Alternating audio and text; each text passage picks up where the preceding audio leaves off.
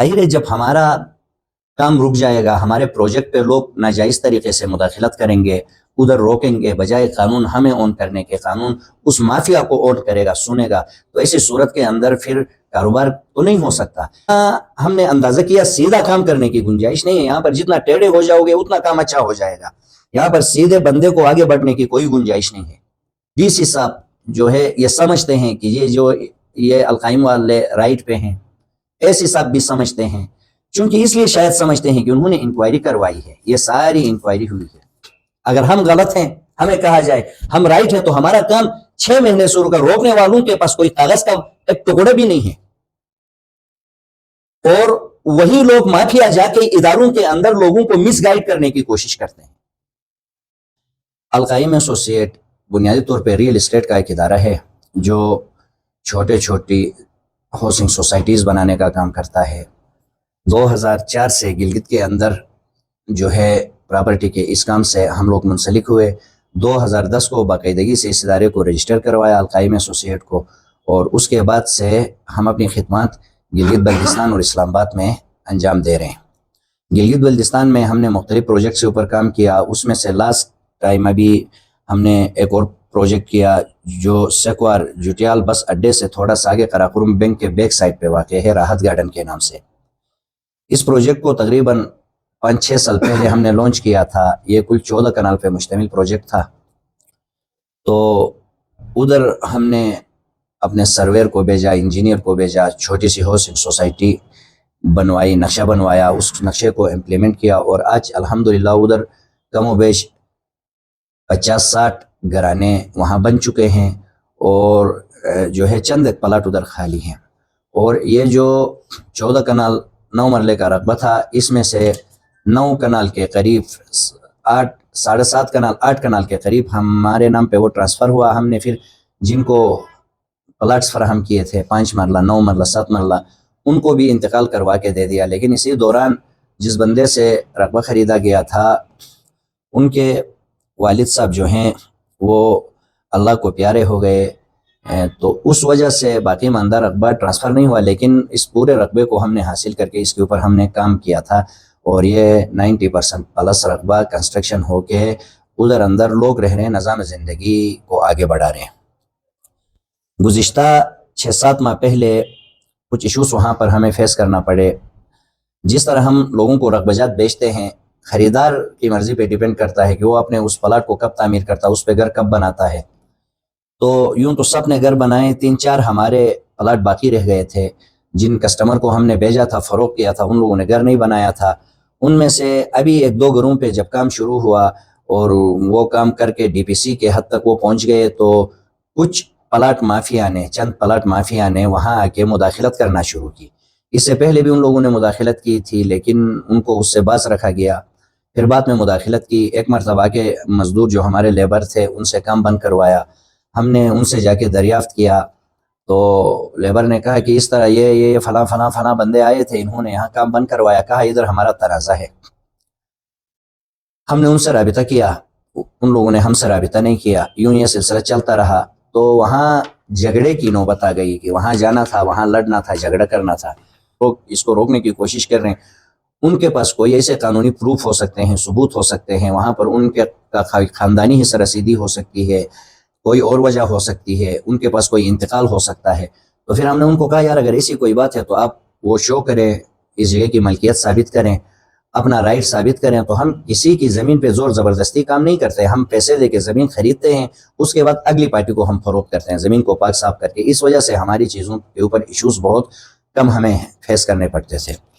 لیکن بدقسمتی سے جو لوگ وہاں ہمیں تنگ کر رہے ہیں، نہ ان کا کوئی خاندانی حصہ رسیدی اس ایریا کے اندر ہے جدھر یہ ہمارا پروجیکٹ ہے، نہ ان کے پاس کسی اور طرح کا کوئی کاغذ، کوئی ثبوت ہے، اور اس کے باوجود، کچھ بھی نہ ہونے کے باوجود، وہ آ کے وہاں پر جب یہ سلسلے انہوں نے شروع کیے، تو پھر ہم نے کہا کہ ہم پہلے قانون کا دروازہ کھٹکھٹائیں گے، چونکہ ہمارا حق بنتا ہے، جینون جائیداد ہے، ملکیتی زمین ہے، تو ہم بجائے جھگڑے میں جانے کے ہم قانون کا دروازہ کھٹکھٹائیں گے۔ پھر ہم نے جو ہے ڈی سی صاحب کو ایک اپلیکیشن گزاری۔ 23/2/2024 کو جو ہے اے سی صاحب نے ہمیں کہا کہ جی آپ جا کے جوٹیال تھانے کے اندر درخواست دیں. ہم نے وہاں درخواست دی, اس درخواست کے اوپر ہماری کارروائی نہیں ہو گئی. وقت گزرتا رہا. پھر جو ہے لاسٹ ٹائم ایس ای صاحب نے ایس ڈی پی او صاحب کو یہ لیٹر کر دیا, جوٹیال کے ایس ڈی پی او صاحب کو. تو اس ایس ڈی پی او صاحب کے پاس اس لیٹر کو پہنچانے سے پہلے اس لیٹر کے ساتھ ہم لوگ ایس ڈی پی او صاحب سے بھی جا کے ملے, اور ہم لوگ جو ہے ڈی آئی جی صاحب سے بھی جا کے ملے. اس سلسلے میں ہم نے بات کی. انہوں نے بھی وہاں پر جو ہے ٹیلی فون کیا کہ آپ یہ کارروائی کریں. ایس ڈی پی او صاحب نے یہاں پر جو بھی مداخلت کر رہے تھے ان کے نام کے ساتھ جو ہے ہمارا خسرہ نمبر, انتقال نمبر, یہ ساری چیزیں لگا کے ایس ڈی پی او صاحب کو لکھا کہ آپ جو ہیں ان کو, جو لوگ یہاں پر آ کے ان کا یہ رقبہ ان کی ملکیت ہے, اس کے ہم نے پوری رپورٹنگ کروائی ہے, تو جو لوگ جا کے اس کے اوپر مداخلت کرتے ہیں آپ مہربانی کریں. یہ 29/2/24 کو یہ کارروائی ہوئی, یعنی دوسرے مہینے میں. تو انہوں نے کہا کہ آپ کارروائی کریں, یہ اس کے اوپر ان کو بلا کے ان کو سمجھائیں. اگر سمجھتے ہیں تو ان کو کہیں کہ اس ایریے سے دور رہیں, اس جگہ سے دور رہیں, باز رہیں. اگر نہیں سمجھتے ہیں تو پھر ان کے خلاف قانونی کارروائی عمل میں لائی جائے. اب یہ بھی ہم نے لے جا کے جو ہے ایس ڈی پی او صاحب کو بھی دے دیا, جوٹیال تھانے کے اندر بھی ہم نے یہ پہنچا دیا. تو بجائے ایس صاحب کے حکم کے مطابق ہمارا خیال یہ تھا کہ ہمیں جو ہے تھانہ پولیس دے دے گا, فراہم کرے گا, ہم ان پولیس والوں کو لے کے جائیں گے, تھانہ بھی ان کو سمجھائے گا, ایس صاحب بھی ان کو سمجھائیں گے. تو اس کی جب ہم نے یہ جمع کروایا, اس کے 2-3 روز بعد جو مافیا کے لوگ تھے ان کو لے کے جو ہے پولیس والے آ گئے اور ان کو مجسٹریٹ کے سامنے پیش کیا. تو وہاں پر ایس صاحب کے واضح احکامات ریٹن میں ہیں. یہ ساری جو ہے پٹواری سے لے کے, مجسٹریٹ سے لے کے, گرداور سے لے کے, نائب تحصیلدار سے لے کے, تحصیلدار سے لے کے, سب کے رپورٹس ہیں یہاں پر. تو جب ان کو لا کے پیش کیا گیا تو مجسٹریٹ نے, ہمارا خیال یہ تھا کہ اس کے اوپر قانونی کارروائی ہوگی, چونکہ یہ پورے تحصیل نے نیچے پٹواری سے لے کے, گرداور سے لے کے, مجسٹریٹ سے لے کے, نائب تحصیلدار سے لے کے, تحصیلدار سے لے کے, ایسی تک سب کے پاس یہ رپورٹس گئی تھی. سب نے اس کو کھنگالا تھا اچھے طریقے سے. تو ہم نے کہا چونکہ ہمارا رائٹ ہے, ہمارے ساتھ زیادتی ہو رہی ہے, تو اس کے اوپر یہ کارروائی کریں گے اور جو مافیا ہیں ان کو اس سے باز رکھیں گے, دور رکھیں گے. لیکن وہاں پر اس جو درخواست ہے اس کو اسی طریقے کی جو ایس صاحب نے کارروائی کر کے دی تھی, ہم ایس صاحب کی نہایت شکر گزار ہیں, مشکور ممنون ہیں.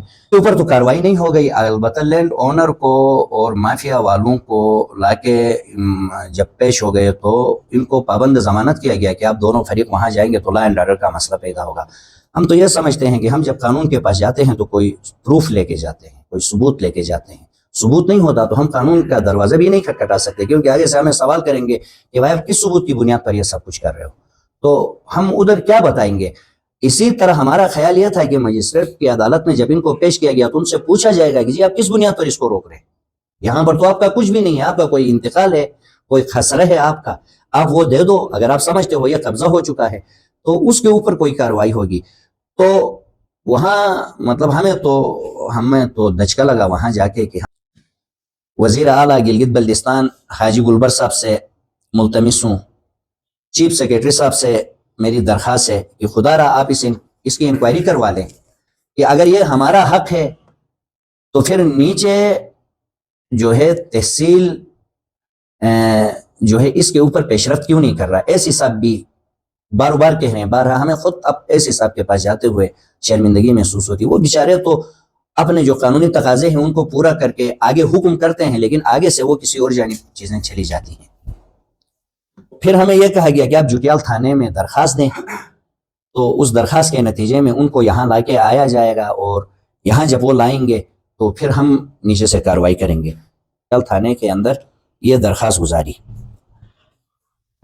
تو جوٹیال تھانے نے درخواست تو رکھی, لیکن جو 2 ماہ پیچھے جو سلسلہ تھا وہی سلسلہ آج بھی ہے. روزانہ ہم اپنی ٹیم کے کسی بندے کو ہم ادھر بھیجتے ہیں, روزانہ اس کو کہا جاتا ہے کہ کل لائیں گے, پرسوں لائیں گے, ترسوں لائیں گے, لیکن ان کو لا کے تحصیل میں پیش نہیں کیا جا رہا ہے. جب پولیس تھانہ لیگل چیزوں کو نہیں سنے گا تو پھر پولیس آپ کا تھانہ جو ہے کن چیزوں کو سنتا ہے؟ ہم نے کوئی غلط درخواست تو نہیں دی ہے. ہم نے کوئی بھی شہری کا حق بنتا ہے کہ وہ جہاں کہیں پر بھی اس کو کوئی ایسے ایشوز درپیش ہوں گے تو وہ تھانے میں درخواست دے گا داد رسی کے لیے. ہم گزشتہ 6 ماہ سے ذلیل ہو رہے رول رہے ہیں. تو آخری مرتبہ میں آپ سب ذمہ داران سے ہاتھ جوڑ کے یہ درخواست کرتا ہوں کہ جناب وزیر اعلیٰ صاحب، جناب فورس کمانڈر صاحب، جناب چیف سیکریٹری صاحب، جناب چیف جسٹس صاحب، آپ اس چیز کا نوٹس لیں، اس کی انکوائری کروائیں. کیوں یہ آگے نہیں بڑھ رہا؟ کیا وجہ ہے؟ اور کون ذمہ داران ہیں جو اس کو آگے نہیں بڑھا رہے، اس کو آگے بڑھنے سے روک رہے؟ آپ ان کا تعین کریں.